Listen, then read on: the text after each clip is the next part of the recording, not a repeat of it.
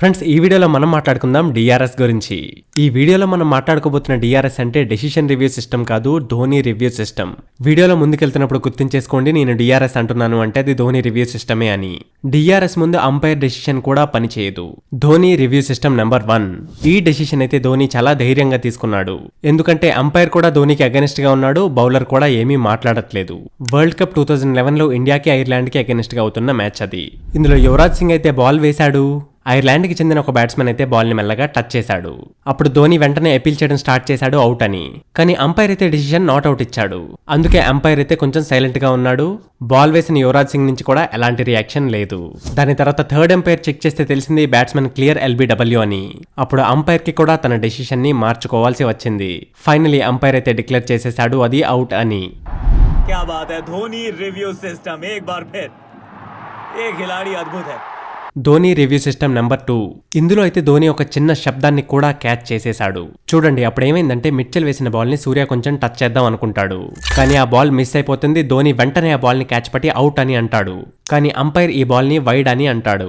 ధోని వెంటనే రివ్యూ అని అంటాడు. అప్పుడు రివ్యూలో తెలుస్తుంది బాల్ సూర్య బ్యాట్ కి కొంచెం లైట్ గా టచ్ అయింది అని. సూర్య అయితే అనుకున్నాడు ఇంతమంది గోలల్లో ఈ చిన్న సౌండ్ ఎవరికి వినిపిస్తుంది అని. కానీ వెనకాతల ఉన్నది మహేంద్ర సింగ్ ధోని అని మర్చిపోయాడు పాపం. Dhoni review system number 3. MS Dhoni ground మీద ఎంత అటెంటివ్ గా ఉంటాడంటే బ్యాట్ పట్టుకున్న బ్యాట్స్మెన్ కి కూడా తెలీదు బాల్ ఎడ్జ్ తగిలిందా లేదో అని. కానీ అది ఎంఎస్ ధోనికి క్లియర్ గా తెలిసిపోతుంది. ఇండియాకి శ్రీలంకకి అగెనిస్ట్ గా అవుతున్న వన్డే మ్యాచ్ అది. శార్దుల్ వేసిన ఒక బాల్ ని ఎంఎస్ ధోని వెనకాతల నుంచి పట్టుకుని అవుట్ అని అంటాడు. అంపైర్ అయితే ఆ బాల్ ని వైడ్ అని డెసిషన్ ఇచ్చేస్తాడు. గ్రౌండ్ మీద ఉన్న మిగతా ప్లేయర్స్ అందరికీ కూడా అదే అనిపిస్తుంది, ఆ బాల్ వైడే ఏమో అని. కానీ ధోని అంటాడు నాకు చిన్న సౌండ్ వినిపించింది అని. విరాట్ కి ఆ సౌండ్ వినిపించినా వినిపించకపోయినా సరే విరాట్ కి ధోని రివ్యూ సిస్టమ్ మీద ఫుల్ గా కాన్ఫిడెన్స్ ఉంది. అందుకే విరాట్ సిగ్నల్ ఇస్తాడు థర్డ్ అంపైర్ కి. థర్డ్ అంపైర్ ఎప్పుడైతే రివ్యూలో చూస్తాడో అప్పుడు తెలుస్తుంది ఆ బ్యాట్ కి క్లియర్ గా ఎడ్జ్ తగిలింది అని. ఇంకా అంపైర్ మాత్రం చేసేదేముంది, మళ్ళీ అవుట్ ని డిక్లేర్ చేస్తాడు. Dhoni review system number 4. IPL లో ఇమ్రాన్ వేసిన బాల్ కి కిరణ్ అయితే ఆ బాల్ ని ఆడలేకపోతాడు. ఒరిజినల్ డెసిషన్ అయితే నాట్ అవుటే. కానీ దాని తర్వాత యాక్టివేట్ అవుతుంది ధోని రివ్యూ సిస్టమ్. అప్పుడు మళ్ళీ థర్డ్ అంపైర్ రివ్యూ చేసిన తర్వాత ఆ డెసిషన్ అయితే అయిపోయింది out. Dhoni review system number 5. ఇది కూడా ఐపీఎల్ లోనే జరిగింది. ఒక బాల్ కి శార్దేశ్ పాండే ఇంకా ఎంఎస్ ధోని కలిసి అపీల్ చేస్తారు. కానీ అంపైర్ కి అనిపిస్తుంది ఎక్స్ట్రా బౌన్స్ అయి ఉంటుంది, లేదు నాట్ అవుట్ అని చెప్తాడు. తర్వాత యాక్టివేట్ అయింది Dhoni review system. Third umpire ని చూడమని చెప్తాడు. థర్డ్ అంపైర్ చూసి రివ్యూ ఇచ్చిన తర్వాత అంపైర్ కి కూడా ఒప్పుకోవాల్సి వస్తుంది ఆ బాల్ అవుటే అని. Dhoni review system number 6. MS Dhoni తను అపీల్ చేసేటప్పుడు ఎంత కాన్ఫిడెంట్ గా ఉంటాడంటే ఫస్ట్ తను అపీల్ చేసేస్తాడు. తను అపీల్ చేసింది అంపైర్ ఒప్పుకున్నాడంటే ఓకే. అంతేగాని అంపైర్ కొంచెమైనా సరే ధోనికి అగేనిస్ట్ గా ఉన్నాడు అని తెలిస్తే వెంటనే ధోని డిఆర్ఎస్ ని యాక్టివేట్ చేసేస్తాడు. అలాగే ఈ మ్యాచ్ లో అయింది చూడండి. జస్ప్రీత్ బుమ్రా ఒక బాల్ నైతే మిస్ చేసేశాడు. అంపైర్ కూడా ఆ బాల్ ని అవుట్ అని చెప్పేస్తాడు. ఈసారి అంపైర్ చెయ్యి పైకి లేవకముందే ధోని రివ్యూ సిస్టమ్ అయితే యాక్టివేట్ అయిపోతుంది. దాని తర్వాత తెలుస్తుంది బాల్ యొక్క ఇంపాక్ట్ అయితే అవుట్ సైడ్ ఉంది అని.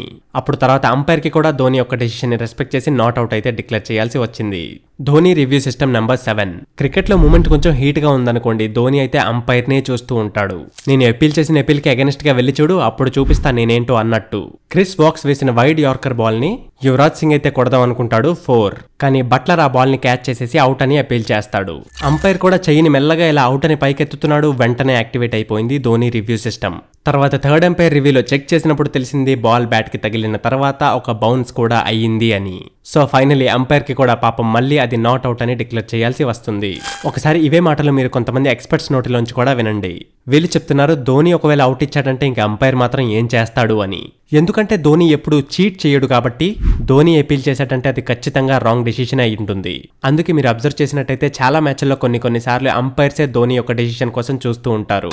సో ఇది ఫ్రెండ్స్ ధోని రివ్యూ సిస్టమ్. ఈ ధోని రివ్యూ సిస్టమ్ కనుక మీకు నచ్చినట్టయితే వీడియోని ఒక లైక్ చేసేయండి. ఇంకా ఇలాంటి ఇంట్రెస్టింగ్ అండ్ ఇన్ఫర్మేటివ్ వీడియోస్ చూస్తూనే ఉండటానికి జాయిన్ అయిపోండి మన ఛానల్తో.